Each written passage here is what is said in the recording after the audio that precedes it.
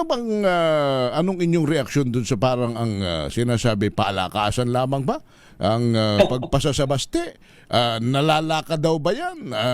Pag influential ka, madali kang matatanggap diyan at makakapasa sa bar. Ano po ang inyong side naman sa bagay na ito? Alam mo, nakakalungkot nga yan, ano, na pati yung aming College of Law ay nakaladkad dyan sa usapin na yan. No? Siyempre, hindi totoo yung ganyan, Henry. No? Lahat naman ng College of Law, no? In fact, natatawa siguro sa sinabi ni Mr. Madriaga, no? Dahil alam na alam ng mga estudyante, ng mga profesor, no? Na walang bearing kung ano mang katatayuan mo sa buhay. Alam mo naman sa College of Law, pagalingan lamang yan. Talino ang pinag-uusapan dyan.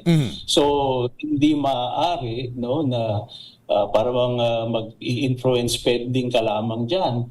Marami naman kami mga estudyante, no, mga anak, sons and daughters, no, of prominent politicians. No? Siyempre, hindi natin babanggitin ng mga pangalan, hindi naman sila involved dito.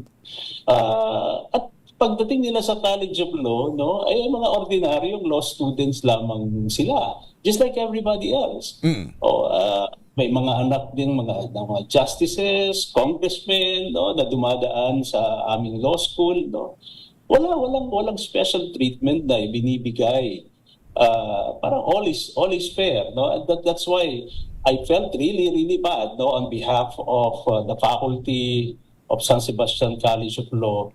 Then and now. No, kasi itong usapin natin ito, 2005 I suppose, no, yung nangyari.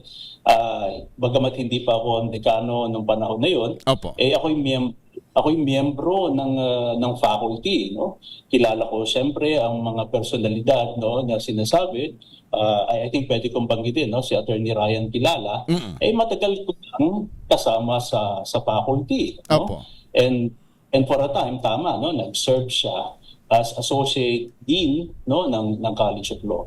Imposible, Henry, no, na magkakaroon ng mga ganyang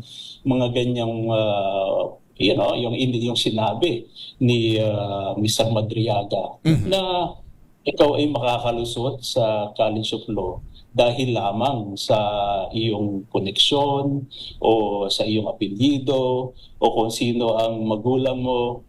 Walang gano'n, Henry. Lahat ng colleges of law, no, for a time I served as president of the Philippine Association of Law Schools. Kilala ko ang mga dekano ng iba't ibang law school sa buong Pilipinas.